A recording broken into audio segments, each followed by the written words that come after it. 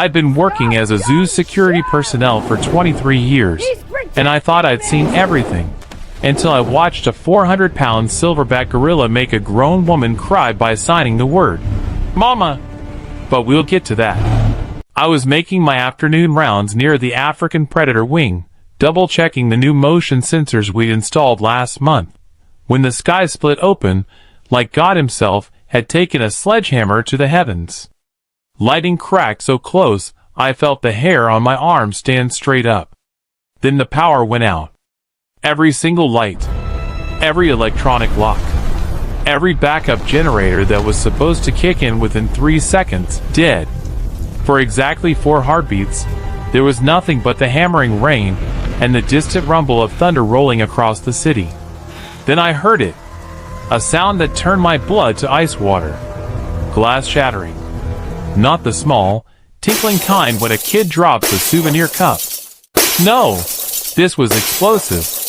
Violent. The unmistakable crash of reinforced safety glass being obliterated by something massive. My radio crackled to life, and the voice on the other end was shaking so badly I almost didn't recognize it as Martinez from the primate house. Code red. The silverback is loose. I repeat, Roy is out of containment. I've seen panic before. I've seen a mother lose track of her toddler near the reptile exhibit. I've seen a teenager slip into the otter enclosure on a dare. I've seen grown men cry when a peacock got too close to their lunch. But I have never, not once in over 2 decades, seen anything like what happened in the next 90 seconds. The screaming started near the gorilla enclosure and spread outward like wildfire. Families trampled each other trying to reach the exits. Strollers were abandoned. A man in a business suit knocked over a pregnant woman trying to squeeze through the main gate.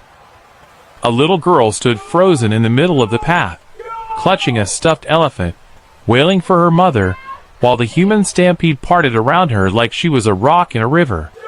I sprinted toward the chaos, shoving my way against the current of terrified bodies, screaming into my radio for backup, for SWAT, for anyone with a tranquilizer gun and half a brain.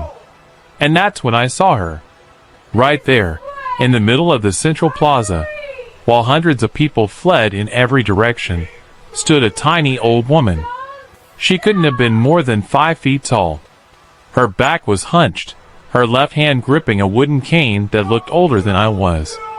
She wore a faded floral raincoat that hung off her frail shoulders like a wet curtain, and her silver hair had come loose from its bun, plastered to her wrinkled face by the downpour. She wasn't running. She wasn't screaming. She wasn't even moving. She just stood there, facing the direction everyone else was running from, clutching a worn red leather handbag against her chest like it contained something more precious than her own life. You see, this isn't just a story about a gorilla escaping from a zoo. This is proof that love doesn't forget. Not after 15 years. Not through reinforced glass.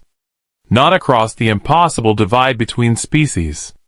This is proof that the creatures we cage and study and dismiss as just animals carry memories and emotions as deep as anything in the human heart.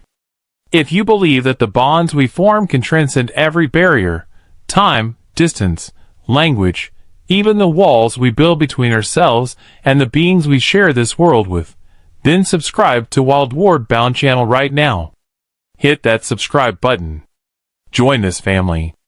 Because what happens next is about to shatter everything you thought you knew about what animals can feel, what they can remember, and how fiercely they can love. Drop a gorilla emoji in the comments if you're ready. And tell us where you're watching from. We read every single one. Now let's go back to where this story began. The storm had been building all morning, but none of us took it seriously. We get thunderstorms in this city every summer. They roll in, dump an inch of rain, knock out power to a few traffic lights, and roll out. Nothing special. Nothing to cancel your zoo trip over. But this one was different. I felt it in my bones before the first drop fell. The air had that thick, electric quality to it, like the atmosphere itself was holding its breath. The animals felt it too. The elephants had been restless since dawn, pacing their enclosure and trumpeting at nothing. The big cats refused to come out of their dens. Even the flamingos, who usually stand around like pink lawn ornaments, had huddled together in one tight, anxious cluster. By noon, the sky had turned the color of a bruise. Purple and green and angry yellow, all swirling together like someone had spilled paint across the heavens. At 1:47 p.m., the first lightning bolt struck the old oak tree near the employee parking lot and split it clean in half. The crack was so loud I thought a bomb had gone off. I was in the security office reviewing footage from the night before. We'd had some kids trying to climb the fence near the reptile house, when the whole building shook. The lights flickered. My coffee sloshed over the rim of my mug and onto a stack of incident reports. Then the rain came. Not gradually. Not building up from a drizzle. It came down all at once, like someone had turned a fire hose on the entire city. Within 30 seconds, I couldn't see the parking lot through my window. Just a solid wall of gray water. My radio crackled. "Chief, this is Martinez at Primate. We've got a situation. The storm knocked out our primary power, and the backup generators aren't kicking in. I've got no lights, no cameras, and no electronic locks. Repeat, the electronic locks are offline." I was already on my feet, grabbing my rain jacket from the hook by the door. "What about the manual overrides?" I asked, pushing out into the hallway. "Stuck. The humidity's been messing with them all week. I've got Thompson trying to get the emergency generator running, but..." Another lightning strike. Closer this time. The radio dissolved into static for 3 full seconds. "Need you here now, Chief."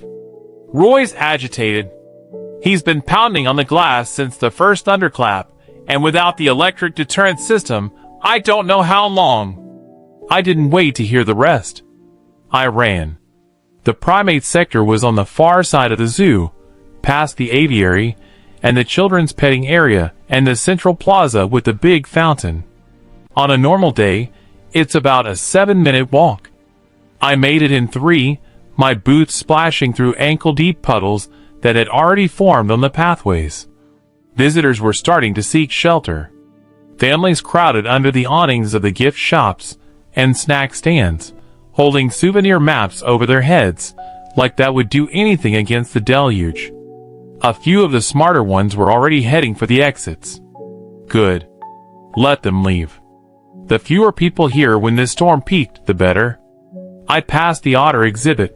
The little guys were actually loving the rain, sliding around in the mud like kids on a slip and slide, and cut through the maintenance access behind the bird sanctuary. The wind was picking up now, bending the trees at dangerous angles. I saw a plastic trash can go tumbling past like a tumbleweed. When I reached the primate house, Martinez was standing outside the main entrance, soaking wet and pale as a ghost. "Where's Roy?"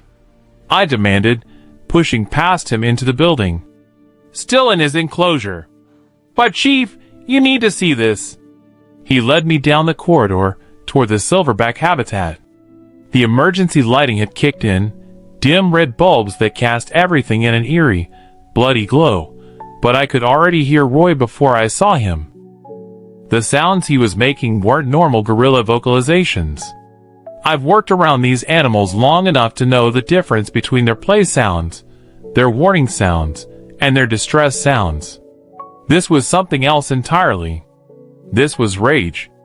We rounded the corner, and I saw him. Roy was standing at the front of his enclosure, both fists pressed against the reinforced safety glass. He wasn't pounding anymore. He was just pushing, leaning his entire 400-pound body weight against that transparent barrier, his massive shoulders hunched, his dark eyes fixed on something beyond the glass. On us. On the corridor. On the exit that led to the outside world. "When did the branch hit?" I asked, noticing for the first time the massive oak limb that had crashed through the ceiling and was now lying across the top of his enclosure. Rain poured in through the gap, drenching everything. About 10 minutes ago. Same strike that took out the generators. It cracked the frame around the glass. See there at the top? I saw it. A thin, jagged line running across the top of the glass panel. Hairline fracture. Probably nothing. Probably. Get everyone out of this building, I said quietly. Staff, visitors, everyone. Now! Already done. It's just us and him. Roy's eyes shifted, locked onto mine. I've looked into the eyes of a lot of animals over the years. Lions, tigers, bears that could take my head off with one swipe. But there's something different about a gorilla's gaze. Something uncomfortably human. Like they're not just looking at you, they're looking into you, judging you, understanding you in ways you don't want to be understood. Roy held my stare for exactly 3 seconds. Then he stepped back. What's he doing? Martinez whispered. Roy retreated to the far corner of his enclosure. He picked up a large rock, part of the decorative landscaping we'd installed to make the habitat look more natural, and hefted it in one massive hand. Get down, I said. Roy charged. He covered the distance in 2 bounds, moving faster than anything that size had any right to move, and he hurled that rock at the cracked glass with every ounce of strength in his body. The sound was like a bomb going off. The entire panel exploded outward in a shower of glittering shards. I threw myself to the floor, covering my head, feeling chunks of safety glass rain down on my back. Martinez was screaming something, but I couldn't hear him over the ringing in my ears. When I looked up, Roy was standing in the corridor. Free. For a moment, he just stood there, chest heaving, rain and blood dripping from his knuckles where the glass had cut him. His nostrils flared as he sniffed the air, the outside air, unfiltered by climate control systems and ventilation ducts for the first time in 15 years. Then he looked at me one more time. And he turned and walked toward the exit. Not running. Not charging. Walking. With purpose. Like he knew exactly where he was going, and nothing in the world was going to stop him from getting there. Radio it in, I gasped, scrambling to my feet. Code red. Tell them. But Martinez was already screaming into his walkie-talkie, and somewhere in the distance, I heard the first siren begin to wail. Roy pushed through the emergency exit doors like they were made of cardboard. The metal frames bent outward with a shriek of protest, and then he was gone, swallowed by the rain and the mist and the chaos that was about to consume the entire zoo. I ran after him. What else could I do? By the time I reached the central plaza, the stampede had already begun.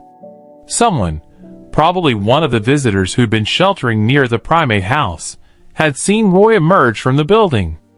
They'd screamed. That scream had triggered another scream. And another. And suddenly, 3,000 people who had come to the zoo for a nice family outing realized they were trapped in a 100-acre enclosure with a loose silverback gorilla. The panic spread faster than the storm. I saw a woman fall and get trampled by the crowd rushing toward the main gate. I saw a father scoop up his 2 children and literally vault over a waist-high fence, not caring what exhibit was on the other side. I saw an elderly man in a wheelchair get shoved aside, his chair tipping over and spilling him onto the wet pavement. I tried to help. I grabbed people, pointed them toward the emergency exits, screamed myself hoarse trying to create some semblance of order. But it was like trying to hold back the ocean with my hands. And through it all, I kept scanning the crowd for Roy. Where was he? Which direction had he gone? Was he hunting? Or was he just confused and scared, looking for somewhere safe to hide? Then I saw something that made me forget all about the gorilla. A figure standing motionless in the middle of the plaza. Everyone else was running. Everyone else was screaming, shoving, fleeing for their lives. But this one person, a tiny old woman, hunched over a wooden cane, stood perfectly still beside the central fountain, facing the direction of the primate house. facing the direction Roy had gone. I fought my way through the current of fleeing bodies, taking elbows to the ribs and shoulders to the chest. A teenage boy nearly knocked me off my feet in his desperation to escape. I shoved him aside and kept pushing forward. "Ma'am!" I shouted over the roar of the rain and the screaming. "Ma'am, you need to move! There's a—" I reached her and grabbed her arm, trying to pull her toward the nearest exit. She didn't budge. For a woman who looked like she might weigh 90 pounds soaking wet, she had an iron grip on that cane. And when she turned to look at me, her ice blue eyes stopped me cold. There was no fear in them, no confusion, just a terrible, fierce determination that I didn't understand. "He's looking for me," she said, her voice barely audible over the chaos. "I can't leave him.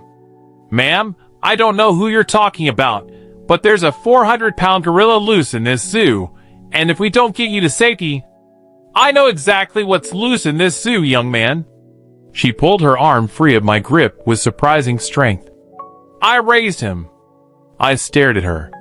The rain was pouring down her face, plastering her silver hair to her wrinkled cheeks, soaking through her faded floral raincoat. She looked like someone's grandmother. She looked like she should be home baking cookies, not standing in the middle of a zoo during a code-red emergency, claiming to have raised a silverback gorilla. She was confused. She had to be. Dementia, maybe? Or shock. Sometimes extreme stress makes people say crazy things. "Ma'am, please," I said, trying to keep my voice calm and reasonable. "I'm sure whoever you're thinking of, this isn't. His name is Roy. He was born in the Virunga Mountains in 1994. His mother was killed by poachers when he was 11 days old. I bottle-fed him in my kitchen for 2 years. I taught him to sign over 300 words. And 15 years ago, the government took him from me and put him in this zoo, and I have visited him every single Tuesday since, sitting on that bench by the east fence, praying he might smell my perfume through the ventilation system and know I hadn't abandoned him." She clutched her worn red leather handbag tighter against her chest. "So no, young man. I am not leaving. Not until I see my son." I didn't know what to say. I didn't have time to say anything, because that's when Roy emerged from the mist. He came from the direction of the food court, about 50 yards away. Even through the rain, I could see the destruction he'd left in his wake. Overturned tables, scattered chairs, a hot dog cart lying on its side, with condiments splattered across the pavement like blood. He was walking on all fours, his massive knuckles leaving imprints in the flooded walkway. His silver saddle was dark with rain. His chest was heaving. And he was making that sound again, that low, rumbling vocalization that wasn't quite a growl and wasn't quite a moan. He was calling for something. For someone. He stopped when he saw us. His head came up. His nostrils flared as he tested the air. And then he beat his chest. The sound was like thunder. Like war drums. Like the world itself was shaking apart. He threw back his head and roared. A primal scream of frustration and confusion and something else I couldn't quite identify. Then he started toward us. Behind me, I heard the screech of tires. The slam of vehicle doors. The shouts of men in tactical gear. "SWAT is here!" Someone yelled into my earpiece. "We have visual on the target. Taking positions." I turned and saw them. A dozen officers in black body armor, spreading out across the plaza with military precision. They had rifles. Real rifles. Not tranquilizer guns. This wasn't a capture operation. This was an execution. "All units, hold position," the commander barked. "Snipers, get to the rooftops. I want clean sight lines on that animal." I looked back at Roy, still advancing through the rain. I looked at the old woman, still standing her ground. And I realized, with a sick certainty settling into my gut, that I was about to watch one of them die. Roy stopped about 30 feet away from us. The rain hammered down between us like a curtain, but I could see his eyes clearly. Dark brown, almost black, with that unsettling human intelligence behind them. He was scanning the plaza, taking in the chaos, the fleeing crowds, the men with guns spreading out around him. Then his gaze found the old woman, and everything changed. His whole body went still. The aggressive posture melted away. His shoulders dropped. His lips, which had been peeled back to show those terrifying fangs, slowly closed over his teeth. He tilted his head to one side, like a dog hearing a familiar whistle from far away. The old woman, Rebecca, I reminded myself, she'd said her name was Rebecca, took a step forward. "Don't!" I hissed, grabbing for her arm again. "Don't move! Just stay!" "Roy!" she called out, her voice cutting through the rain with surprising strength. "Roy, baby! It's me! It's Mama!" Roy made a sound I'd never heard from a gorilla before. A soft, questioning huff. Almost like a word. Then he charged. I've replayed that moment in my head 1,000 times since. The way his massive body coiled and launched forward. The way his knuckles tore into the wet pavement with each galloping stride. The way his eyes never left Rebecca's face, locked on her with an intensity that was either love or murder, and I couldn't tell which. 400 pounds of muscle and fury, covering 30 feet in less than 2 seconds. Someone grabbed me from behind. SWAT officers, 2 of them, yanking me backward and out of the path of the oncoming beast. I stumbled, fell, hit the wet ground hard enough to knock the wind out of my lungs. "Take the shot!" someone screamed. "Take the shot now!" I heard the crack of a rifle. Then another. Then nothing. Because Roy had reached Rebecca. But he hadn't attacked her. In the split second before the snipers could adjust their aim, Roy had done something that made every single one of us freeze in disbelief. He'd skidded to a halt directly in front of the old woman, reared up to his full height, 6 feet of solid, terrifying power, and then spun around to face the guns. His back was to Rebecca. His chest was to the snipers. And he spread his arms wide, creating a wall of muscle and fur between the tiny old woman and the men trying to kill him. Then he roared. But this wasn't the same roar from before. This wasn't confusion, or fear, or territorial aggression. This was a warning. A clear, unmistakable message directed at every officer with a weapon trained on him. "You will not touch her." "Hold fire!" I screamed, scrambling to my feet. "Hold your fire! Are you insane?" The SWAT commander grabbed my shoulder and spun me around. "That thing is going to tear her apart. We need to. Look at him!" I shouted back, pointing at Roy. "Does that look like an attack to you?" The commander hesitated. And in that moment of hesitation, I saw something that changed everything. Roy's hands were moving. Not randomly. Not the aimless gestures of an agitated animal. His massive, scarred hands were forming shapes. Deliberate, purposeful shapes that followed a pattern I almost recognized. He touched his chest with his right hand, then swept it outward. He pointed at Rebecca, then made a cradling motion with both arms. He pressed his palms together, then opened them toward the sky. Over and over. The same sequence. Chest, sweep, point, cradle, palms, sky. "What the hell is he doing?" one of the officers muttered. I knew. God help me, I knew. I'd taken a sign language course 15 years ago, when we'd first gotten Roy. The zoo had required it for all security personnel working near the primate exhibits. I'd forgotten most of it over the years, never needed it, really, since none of our animals had been trained to sign. But I remembered enough. Chest, sweep, safe. Point, cradle, mama. Palms, sky, home. Roy was signing. He was telling us he wasn't a threat. He was telling us who the woman behind him was. He was telling us what he wanted. Safe. Mama. Home. over and over like a prayer. Behind him, Rebecca's hands were moving too. She was smaller, frailer, her movements slowed by age and arthritis. But she was signing back to him with the practiced ease of someone who'd done it 1,000 times before. Calm. Good boy. I'm here. Roy's massive shoulders shuddered. His roaring stopped. That terrible tension drained out of his body, like water from a broken dam. He turned around slowly, keeping himself between Rebecca and the guns, and looked down at the tiny old woman who barely came up to his chest. Then he reached out with one massive hand and gently, so gently, touched her face. His fingers traced her cheek, her jaw, the wrinkles around her eyes that hadn't been there 15 years ago.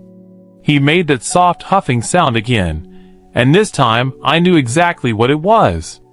Recognition. Joy. He remembered her.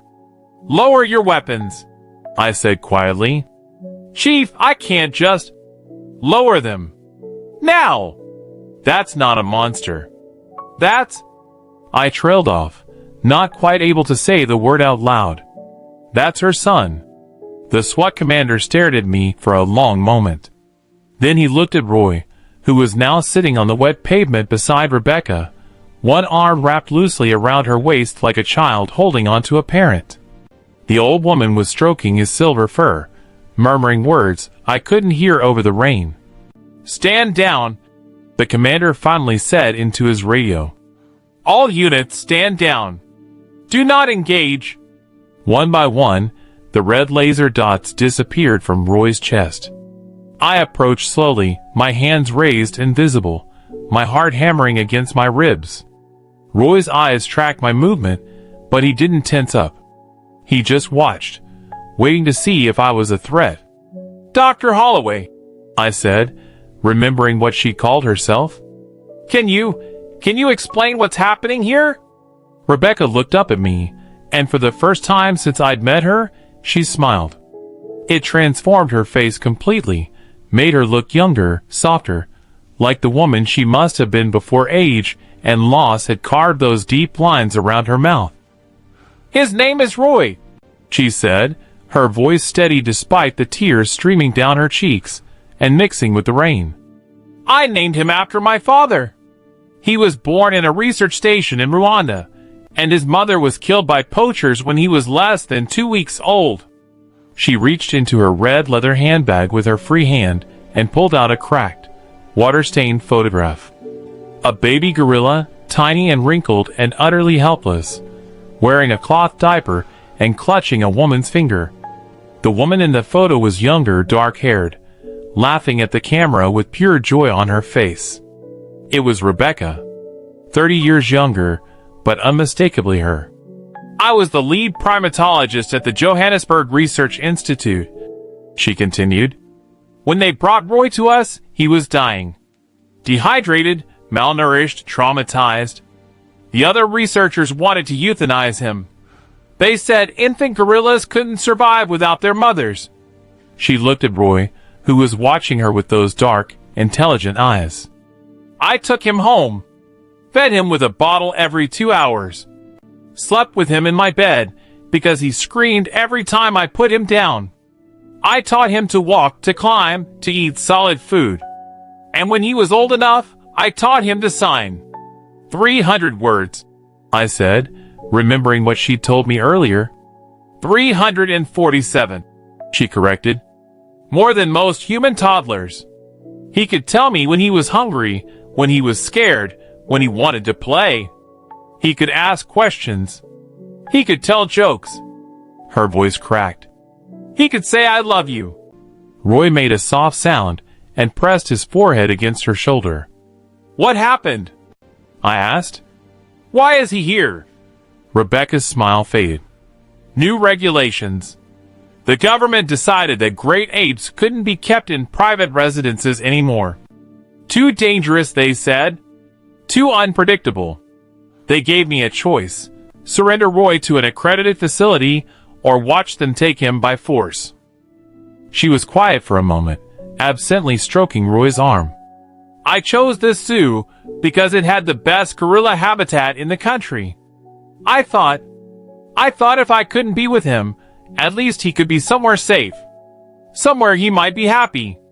And you've been visiting him ever since, I said. Every Tuesday. For 15 years. I sit on that bench by the east fence, as close to his enclosure as I can get.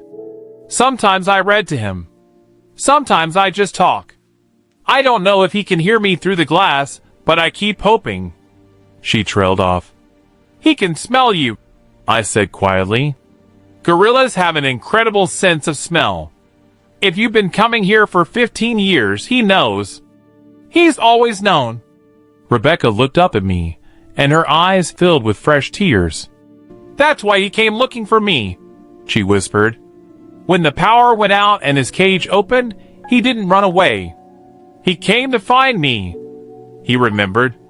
Roy lifted his head and signed something at Rebecca. His movements were slow, almost tender. She signed back, and I recognized the word, soon. He wants to know if he has to go back, she said. He's asking if he can stay with me. My throat tightened. Dr. Holloway. Rebecca. He can't stay out here. You know that. There are laws, regulations, liability issues.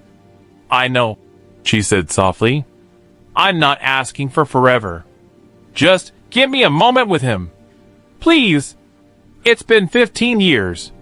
I looked at the SWAT team, still standing in formation, but with their weapons lowered. I looked at the handful of brave visitors who had stopped running and were now watching from a safe distance, their phones raised to capture whatever was happening. I looked at Roy, this massive, terrifying predator who had just shielded a frail old woman from a dozen snipers.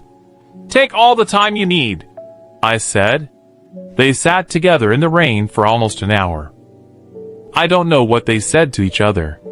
The signing was too fast for me to follow, and most of it was blocked by Roy's massive body anyway. But I watched their silhouettes through the downpour, the hunched old woman and the hulking gorilla, and something in my chest ached with a sadness I couldn't quite name. When the rain finally began to ease, Rebecca stood up. She signed something to Roy, a long, complicated sequence of gestures that seemed to take all her strength to complete. Roy stared at her for a long moment. Then he signed back, one simple word. Love. And Rebecca signed it back. Love. Roy rose to his full height, towering over her, and for just a second I tensed up, my hand instinctively moving toward my radio. But he just leaned down and pressed his forehead against hers, a gesture so tender, so human, that I had to look away. Then he turned and walked back toward the primate house.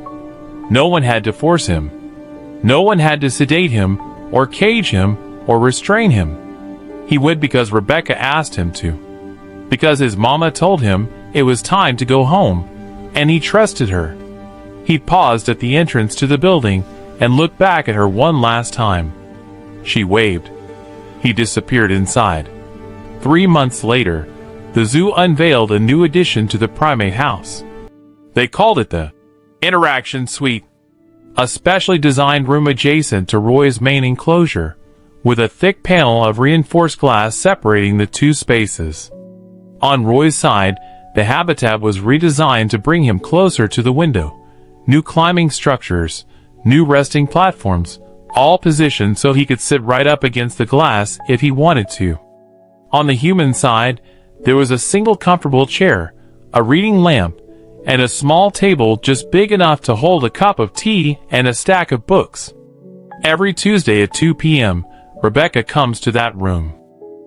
She brings the same worn red leather handbag, now even more battered than before. She brings picture books sometimes, the same one she used to read to Roy when he was small enough to sit in her lap. Other times she brings scientific journals about primate cognition and language acquisition, and she reads them aloud while Roy sits on the other side of the glass, listening with that same intense, intelligent focus. Sometimes she just talks. About her week. About the weather. about the garden she's trying to grow in her apartment, even though she's terrible at keeping plants alive, about the research she's still doing, even in retirement, trying to prove to the world that the beings we call animals are so much more than we give them credit for. And Roy listens. He always listens. Last month, I stopped by the interaction suite on my regular rounds. I try to check in on them every week, though I'm never quite sure if I'm doing it for security reasons or just because something about their story keeps pulling me back. Rebecca was reading from a children's book, something about a jungle adventure, with bright pictures of animals on every page. Roy was pressed up against the glass, his massive palm flat against the surface, his eyes tracking her face as she spoke. As I watched, Rebecca finished a page and looked up at him. She pressed her own palm against the glass, lining it up with his. Her hand was tiny against his, fragile and spotted with age, trembling slightly from the Parkinson's that had started to creep into her movements over the past year. But Roy adjusted his hand to match hers perfectly, gently, like he was afraid of hurting her even through a 2-inch barrier of reinforced glass. They stayed like that for a long moment. Then Rebecca signed something I couldn't quite catch, and Roy responded with that same word he'd used on the day of the storm. Love.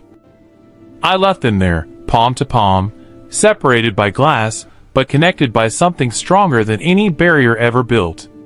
Some people say animals can't really love, that they're just responding to conditioning, to food rewards, to basic survival instincts dressed up in behavior that looks like emotion but isn't. I used to believe that. I don't anymore. I've seen too much.